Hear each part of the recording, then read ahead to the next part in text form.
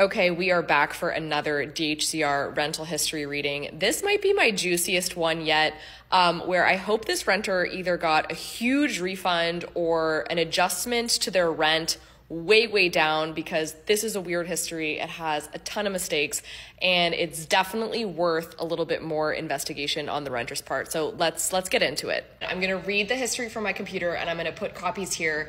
This is a very expensive, fancy apartment in the East Village. The tenant is paying around $5,000 a month. They requested their rental history, they sent it to us, and they were like, what does this mean? So let's go through it. Page 1. 1984 to 1998, registration not found for subject premises. Now remember, if you see this on your rent history, it doesn't mean that your apartment is not stabilized. It just means that DHCR could not find a record for the apartment, which is really weird, because if you look at the top of the first page, you see that DHCR assigned this building an ID number, which means DHCR has some record of this building being registered. I looked into the building. It was built in 1900. It has over 10-15 units. So this building absolutely should have been registered with DHCR at some point in history. But flag number 1, there's nothing on this history from 84 to 98. Okay, so let's go to the second page. 1999, registration not found for subject premises, and then 2000 and 2001, it gets registered as rent stabilized. You see that little RS underneath the apartment status. John lived here in 2000 and 2001, and he was paying $319.30. Now, this rent, $319, is still pretty cheap for 2000.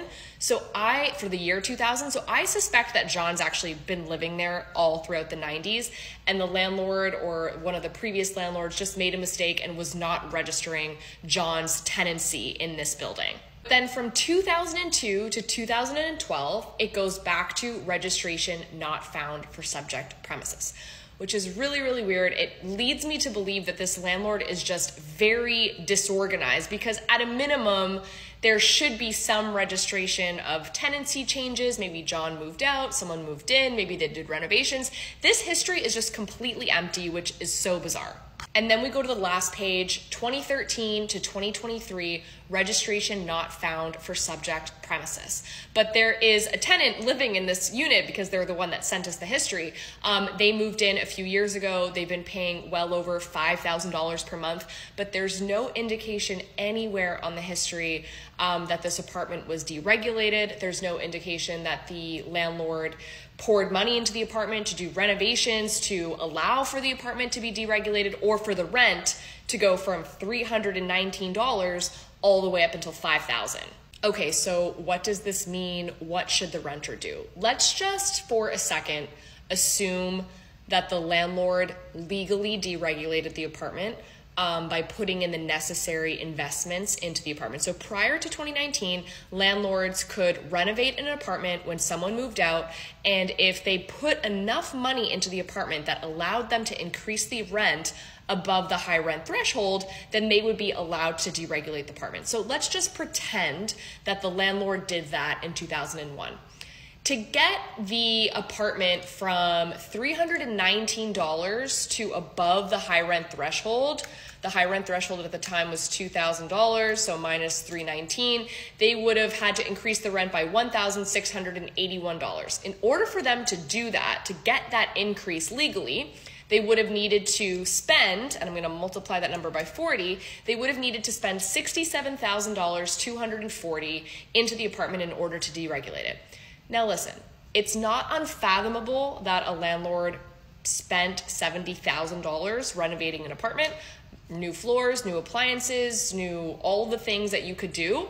It's just not registered on the history, which is just a huge red flag. Usually landlords that are doing things by the book, and I've seen lots of histories that are super airtight when it comes to this, they are reporting those individual apartment improvements on the history. They are reporting the legal deregulation due to high rent vacancy. This history is just completely empty. So ultimately, it's really difficult for this renter to know whether this apartment was deregulated properly, if the proper paperwork was registered with DHCR, because they don't have anything. When I saw this history, it was so strange to just have those two random registrations in the year 2000 and 2001 and nothing else, that I actually sent it to a landlord and was like, hey, like, can you look at this? Is this weird? Should they file an overcharge? Should they look into this? And the landlord was like, yeah, this is weird. They should definitely speak with an attorney, and it would be worth filing an overcharge and doing a little bit of an investigation. Now, there's no guarantee that DHCR would find the landlord guilty of an overcharge in this case, but they will open an investigation if the tenant submits that overcharge complaint.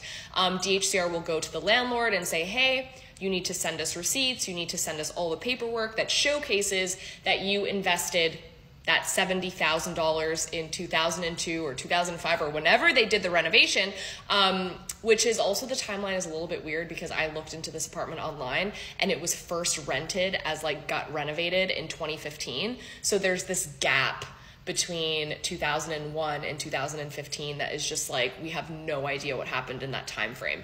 But regardless, DHCR is going to ask for all the paperwork, and then the landlord's going to have time to prove that they did everything right, and then DHCR is going to give a ruling. This process could take years. The ruling could result in a couple things. It could result in the apartment becoming rent stabilized again. It could result in the rent being adjusted downwards from that $5,000. It could result in the renter getting a credit or a refund from the landlord. So this is another DHCR rental history reading. I put this renter in touch with an attorney. I will keep you posted if I hear any updates from what's going on with that case. And this is your friendly reminder to request your rental history from DHCR, see if you are stabilized, see what the legal rent is, see if there are any mistakes or issues on your rental history that you want to dive into. You can always send it to our team. Happy to look into it and answer any questions.